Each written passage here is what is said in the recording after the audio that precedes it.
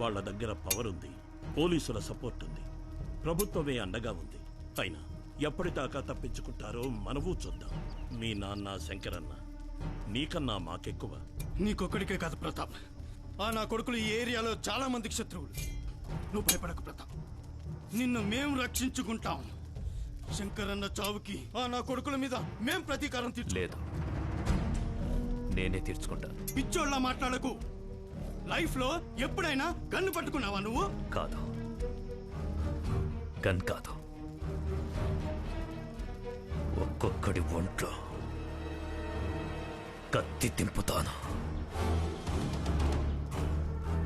ప్రతాప్, నీ ఆవేశాన్ని అర్థం చేసుకోగలం. ఇది చెప్పడం సులువే. ఈ పని మాకొదిలే. మా నాన్న, నా అన్న చంపింది నా వాళ్ళని.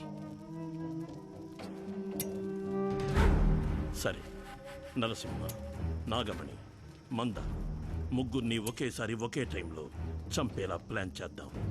కాదు, ఒకేసారి కాదు, ఒక్కొక్కడిని, ఒక్కడి తర్వాత ఒక్కడిని. అంటే చంపితే ఒక్క క్షణంలో ప్రాణం పోతుంది. ఒక్కొక్కడిని విడివిడిగా చంపుతా.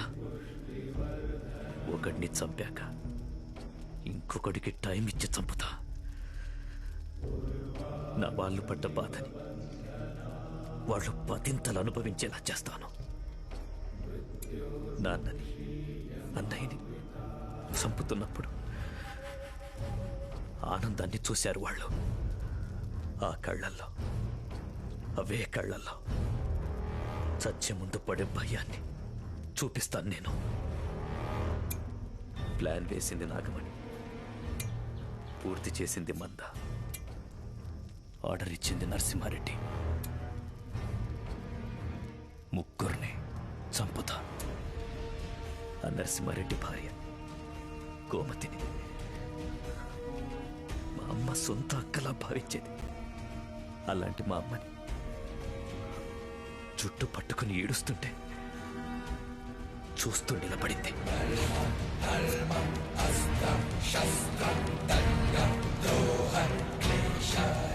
ముందు దాన్ని అడిపిస్తా.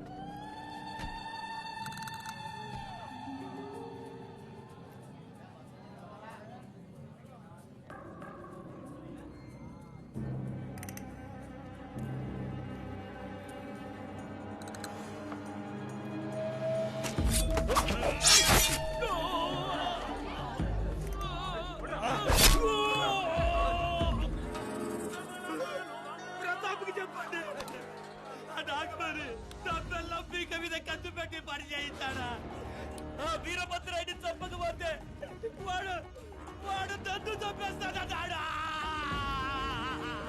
ఎవరైనా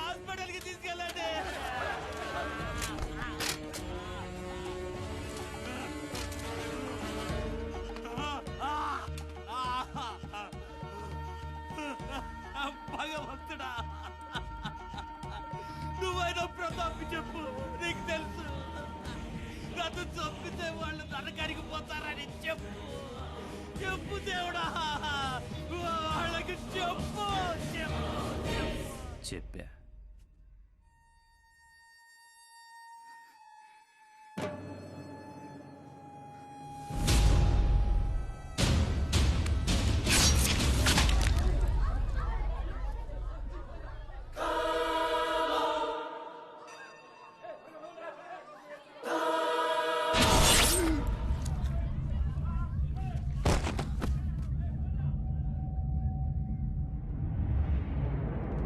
మందితో మార్బలముతో కొనసాగే పోరే ఇది.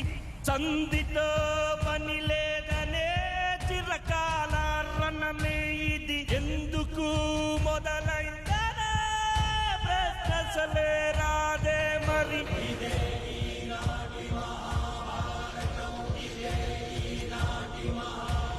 రక్తసిక్త వర్ణమైన తరతరాల రక్త చరిత్ర, ఆధిపత్య పోరు కొరకే సాగుతున్న రక్త చరిత్ర.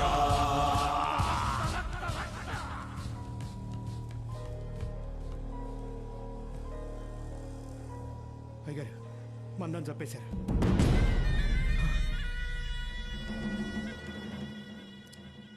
ఎవరు? ప్రతాపే అయి ఉంటాడు.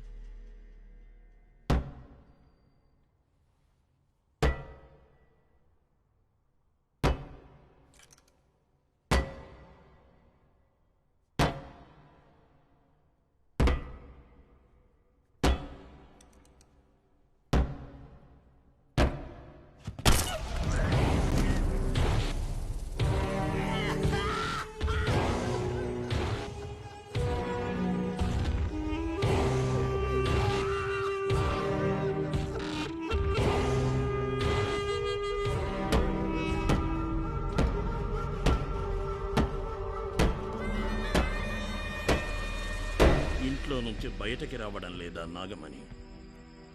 పోలీసుల అడ్డాగా మారిపోయింది వాడిల్లు.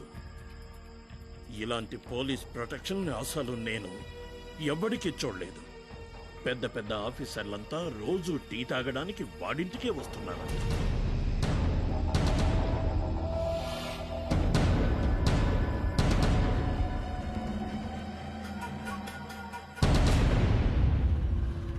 ఒక్క మాట చెప్పా, పైనుంచి రాజకీయ నాయకులు మిమ్మల్ని తన్ను తన్నకుండా తంతున్నారు. కింద గల్లీ నుంచి ఢిల్లీ దాకా ఈ గోండాగాళ్ళు మిమ్మల్ని మొట్టి మరీ మొట్టికాయలు మొడుతున్నారు. సిగ్గుపడాలయ్యా మీరు. ముందు మిమ్మల్ని మీరు కాపాడుకోండి, తర్వాత అవతల వాళ్ళ సంగతి చూడొచ్చు. జోకు లేకండి సార్.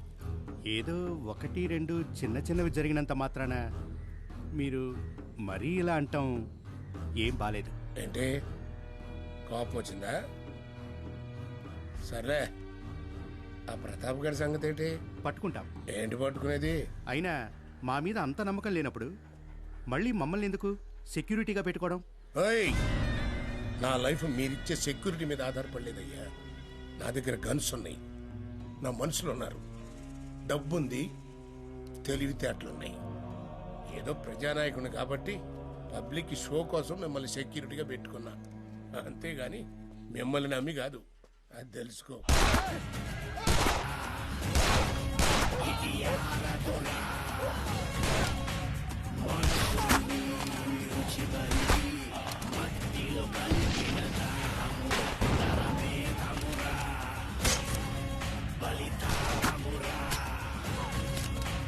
సృష్టి పుట్టినప్పుడే తను పుట్టి బ్రహ్మ కళ్ళలో గానం కొట్టి ఎరుపు రంగుతో తరతరాలుగా ఒక చరిత్రని రాసి